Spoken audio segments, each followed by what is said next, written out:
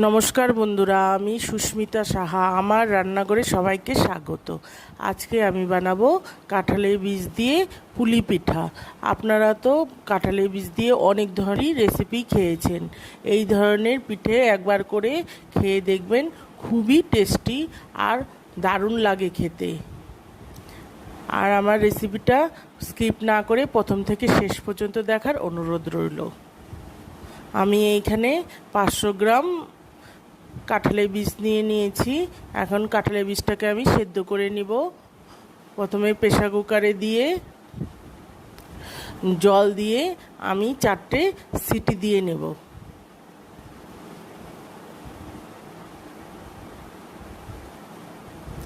এখানে আমি 4-5টা সিটি দিয়ে নিয়েছি।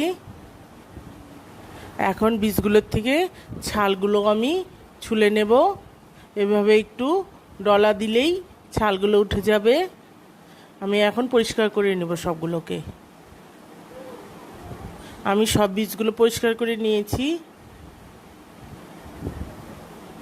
এখন একটা মিক্সিং জারে দিয়ে আমি এগুলোকে মিহি পেস্ট করে নেব। আর জল দেওয়া যাবে না, একদম জল ছাড়া পেস্ট করতে হবে।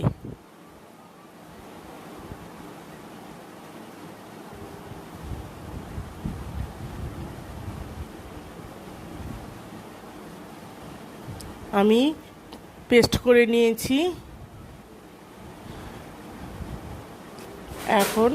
এখন চালের গুঁড়ো দিয়ে আমি মেখে নেব। এইখানে আমি 1 কাপ চালের গুঁড়ো নিয়েছি, অল্প অল্প করে দিয়ে মেখে নেব। আমি মেখে নিয়েছি, আমার 1/2 কাপ লেগেছে।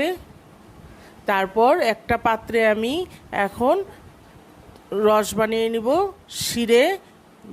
তার জন্য চিনি নিয়ে নিচ্ছি,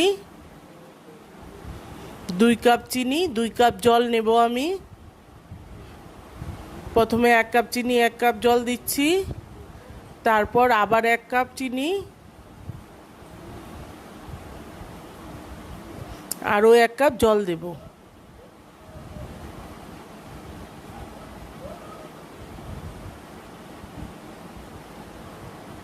এখন আমি একটা ঘন শিরা তৈরি করে নেব। এইখানে আমার জালে বসিয়ে দিয়েছি, চিনিটাও আমার মেল্ট হয়ে গেছে। তারপর আমি 5-6টা এলাচের দানা মিহি করে নিয়েছিলাম, মানে থেতো করে নিয়েছিলাম, সেটাকে দিয়ে দিচ্ছি।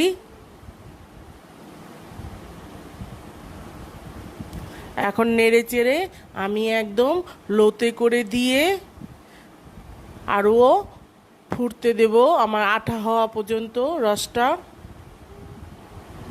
এইখানে আমি খোয়া ক্ষীর নিয়ে নিয়েছি।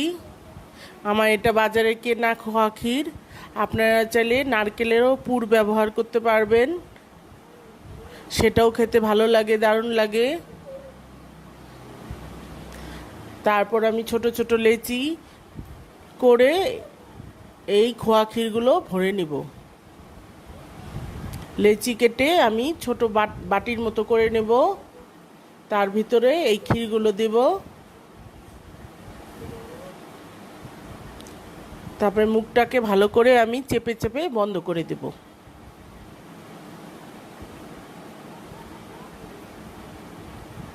মুখটাকে ভালো করে চেপে বন্ধ করতে হবে, তা না হলে বেরিয়ে যাবে। তারপর এইভাবে ফোল্ড করে একটা সুন্দর ডিজাইন তৈরি করে নেব। আপনারা চাইলে এমনিও রাখতে পারেন, এমনিও ভালো করে মুখটাকে বন্ধ করে দিতে পারবেন। তারপরে আমি আর একটা করে দেখাচ্ছি।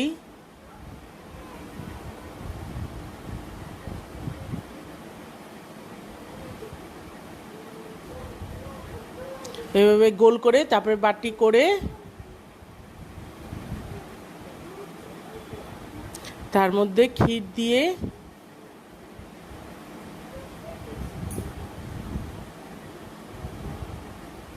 মুখটাকে ভালো করে বন্ধ করে দেবেন।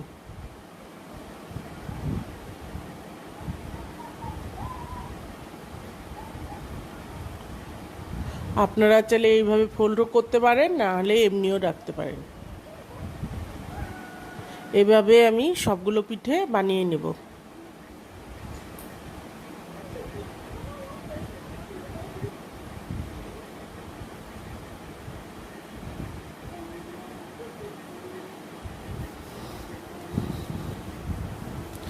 পিঠেগুলো বানাইতে বানাইতে এইদিকে আমার রসটাও ঘন হয়ে গেছে, সেটা একদম আঠা হয়ে গেছে। এরকম আঠা হইতে হবে। দেখুন কি সুন্দর তারের মতো সৃষ্টি হয়েছে। এই পর্যায়ে আমি এখন গ্যাসটা বন্ধ করে দেব।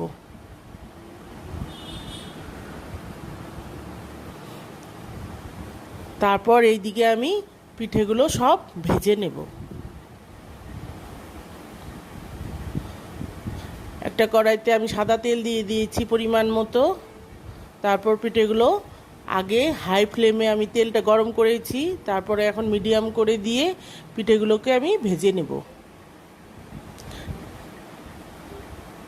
হাই ফ্লেমে ভাজলে পিঠে পুড়ে যাবে, সেই জন্য মিডিয়াম করে ভাজতে হবে পিঠেগুলো একটু সময় ধরে।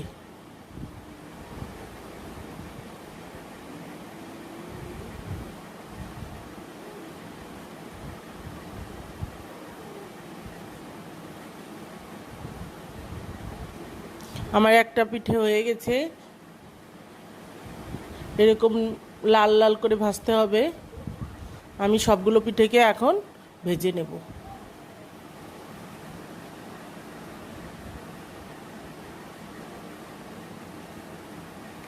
আমি সবগুলো পিঠেকে ভেজে নিয়েছি। আমি আবার রসটাকে গরম করে নেব।